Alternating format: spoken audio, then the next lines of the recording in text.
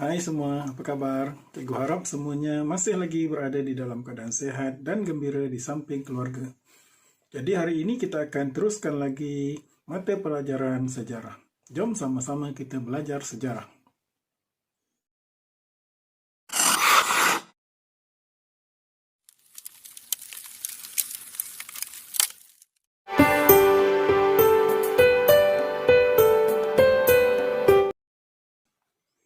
Standard kandungan 11.2 Agama dan kepercayaan. Standard pembelajaran 11.2.4 menyenaraikan rumah-rumah ibadat di Malaysia. K11.2.5 menyatakan keperluan memahami adab ketika berada di rumah ibadat. K11.2.7 menilai kepentingan menghormati kepelbagaian agama bagi mewujudkan keharmonian. Objektif pada hari ini ialah pada akhir pengajaran dan pembelajaran, murid akan dapat 1.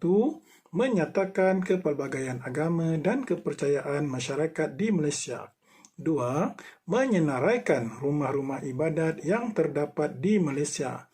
Ketiga, menyatakan kepentingan menghormati kepelbagaian agama bagi mewujudkan keharmonian. Sekarang kita lihat kepada peta bulatan. Di dalam peta bulatan ini terdapat rumah-rumah ibadat di Malaysia. Yang pertama ialah masjid, kemudian tokong, gurdwara, wat, kuil, dan gereja. Jadi semua rumah ibadat ini adalah tempat ibadat untuk pelbagai agama yang terdapat di Malaysia.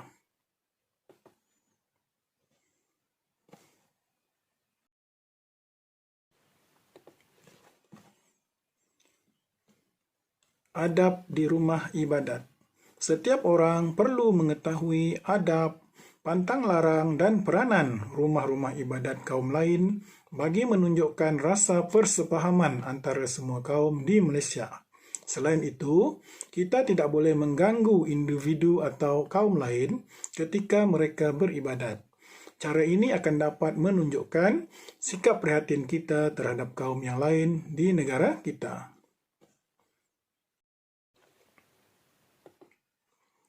Sekarang kita lihat adab di rumah ibadat yang pertama iaitu untuk agama Islam. Untuk agama Islam, ketika berada di masjid, yang pertama mesti memakai pakaian yang bersih, sopan dan menutup aurat. Yang kedua, menanggalkan kasut sebelum memasuki masjid.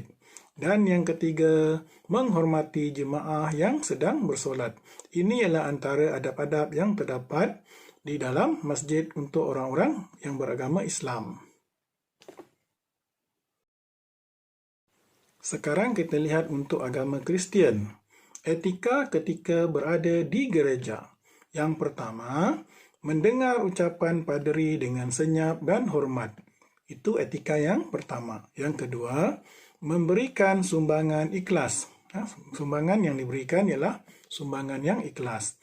Dan yang ketiga, tertib dan sopan santun ketika berada di gereja.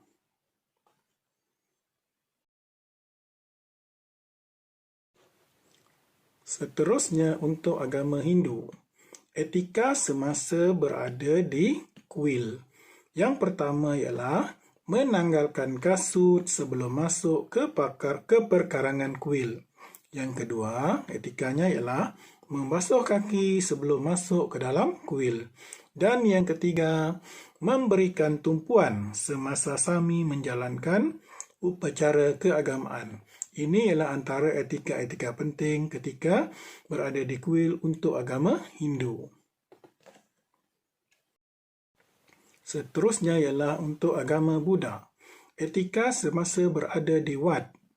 Yang pertama, memakai pakaian yang sopan. Seterusnya, menanggalkan kasut sebelum masuk ke wat. Dan yang ketiga, memberikan tumpuan ketika beribadat. Ini ialah etika-etika untuk agama Buddha semasa berada di wat.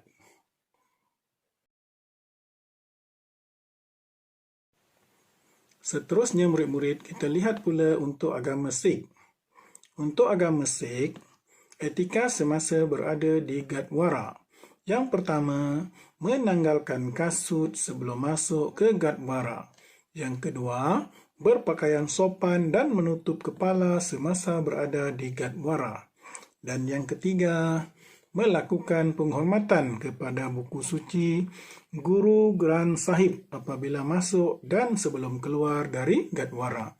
Jadi inilah murid-murid antara etika semasa berada di Gurdwara untuk agama Sikh.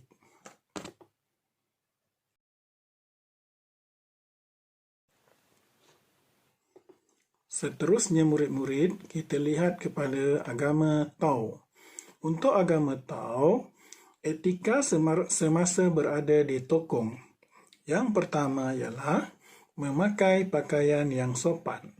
Seterusnya yang kedua, melakukan upacara pemujaan dan penghormatan mengikut aturan. Ini antara dua etika semasa berada di Tokong. Jadi cikgu harap murid-murid faham etika-etika ketika berada di rumah ibadat. Akhir sekali murid-murid, terdapat juga amalan tertentu yang tidak dilakukan di rumah-rumah ibadat secara khusus. Contohnya amalan menyembah roh nenek moyang, upacara miring, dan upacara memuja semangat padi.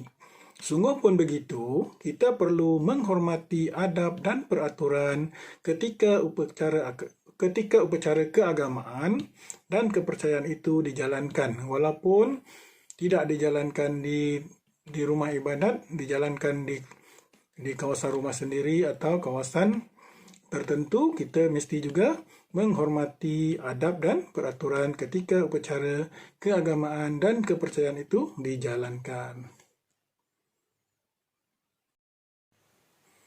Baiklah murid-murid, nampaknya sampai di sini dahulu pelajaran kita pada hari ini. Cikgu harap murid-murid faham dan dapat mengamalkan peraturan di tempat ibadat masing-masing. Selain itu, cikgu juga mengingatkan agar murid-murid sentiasa menjaga keselamatan, kesihatan, dan kebersihan. Oh ya, sebelum cikgu terlupa, cikgu harap murid-murid dapat menjawab soalan kuis di ruang yang cikgu sediakan, iaitu di link kuis di dalam pelajaran ini. Sekian, terima kasih dan selamat belajar. Bye.